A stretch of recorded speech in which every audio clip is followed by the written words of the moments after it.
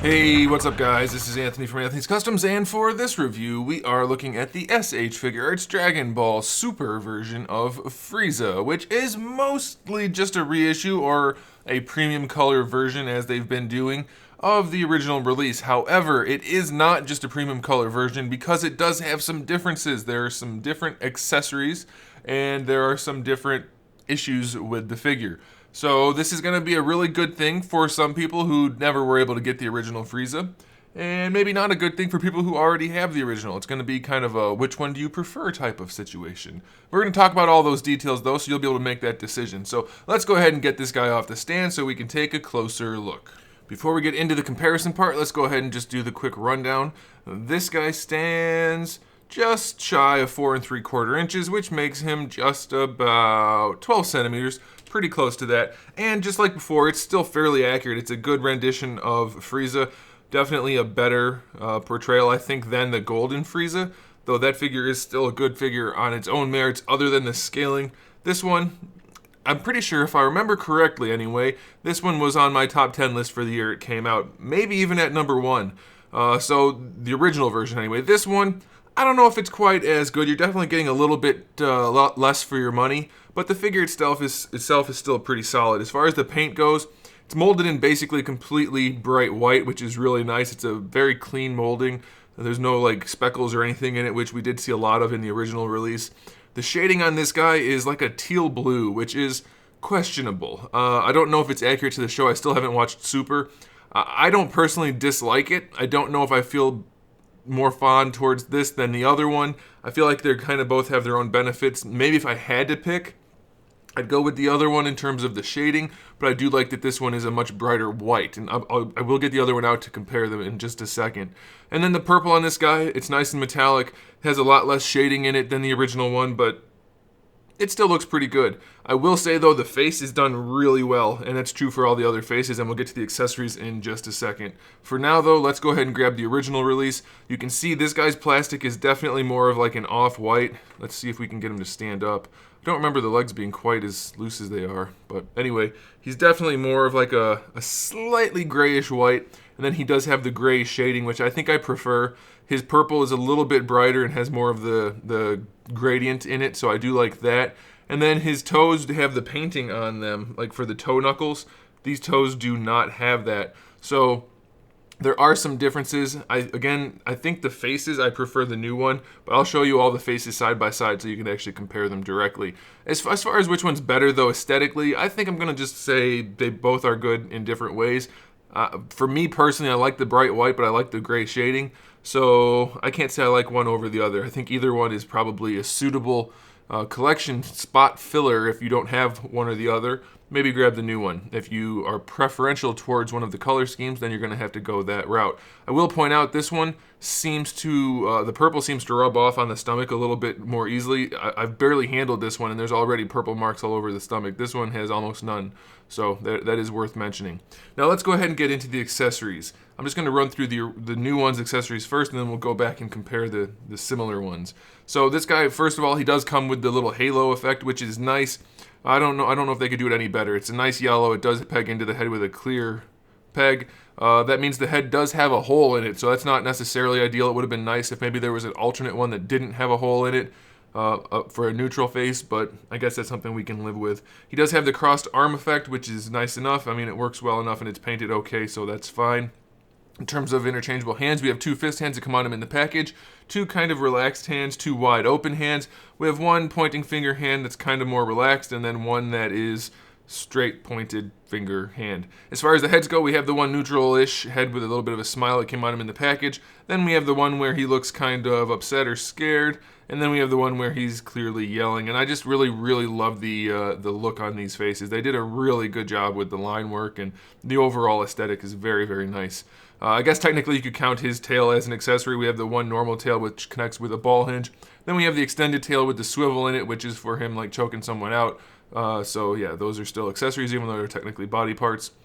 We do also have a second set of feet, which is for when he's floating or levitating or whatever you want. They're just regular feet, but dangling down a little bit, so you can use those. They're not really good for anything, but if you have him up on a flight stand. But we do have them, so that's kind of nice. And then we have his two energy effect parts, which are the same as before in terms of molding and all of that kind of thing. We have, I can't remember their names, Death Ball, Super Beam, Death Beam. I can't think of it right now. Anyway, very, very nicely done in this kind of pearlescent, almost like a hot pinkish red color for the one that goes up over his finger. Same coloring for the other one. Very, very nicely done. The shading on the tube part matches the ball part very nicely, and then the blast part over by the finger where the finger would go, it's also shaded nicely, and it does have a peg hole in it, so you can put it on a display stand. However, we only get the one display stand, which is for holding Frieza up. And of course, you can take the clip part off to hold the effect parts if you want to, but having only the one stand is kind of a bummer. It would have been nice if they gave us another arm to hold his effect piece. Alright, so that's all the accessories for this guy. So now let's go ahead and compare the different heads of the three figures. So they do each have a neutral head, and they're fairly similar in styling, just not quite the same aesthetic. So you can decide which one you like for that. Now we start to see some differences. For let's say the second head, we have the new one has kind of like that startled slash injured type of look, and the other one has the wincing eye. Both are very iconic looks, so I like both of them. You're gonna have to decide which one you think is better. And then for the yelling head, again, they're both very similar, kind of like the first head. However, they do have different styling. One is definitely more of like a squinted eye look, and this one's got the more open eyes. And the new one seems to have more pronounced veins on it. Maybe it's the same. It looks like they might be the same. I don't know. It looks like the sculpt's a little tighter on the new one, but the veins are definitely in the same places, so that's a little interesting. And then the last thing to compare as far as accessories go are the blast effects. The original blast effects definitely left a lot to be desired. The pale pink just didn't look good. There was no shading. And then the long blast effect had the white tube up against the pale pink and then just clear at the other end. Definitely less impressive than the new ones, which are just super saturated and awesome looking. So I would go in terms of accessories. What we have here, the new one wins. However, the new one does not have the alternate feet and does not have the rock effect that the other one has. So he does miss out a little bit. He gets the halo, and I think the ones that are comparable, maybe this guy edges the other one out. But that's going to be a personal choice for you guys to decide. Now, as far as articulation goes, this guy's on your standard ball hinge with a ball peg for the top of the head, so you're going to have to wiggle it around if you want it to work properly, but you can do it with him since he doesn't have any hair, and the head does move very nicely. It's very well articulated, and the neck is on a ball peg, so that's good. This guy's shoulders are on a ball peg that connect to the torso. This time they're purple. They used to be white. People really hated that they were white, and I can understand why. You don't want that white thing sticking out right there. However, Bandai wasn't wrong to want to do white, because now you have the purple going into the torso rather than the white. It doesn't look great. Honestly, it would have been better if they could have just painted the purple parts and make sure it didn't rub off up here, and that way it was still white down here. But this one does have purple, so if you like that, that's good. If you don't like that, then it's not good.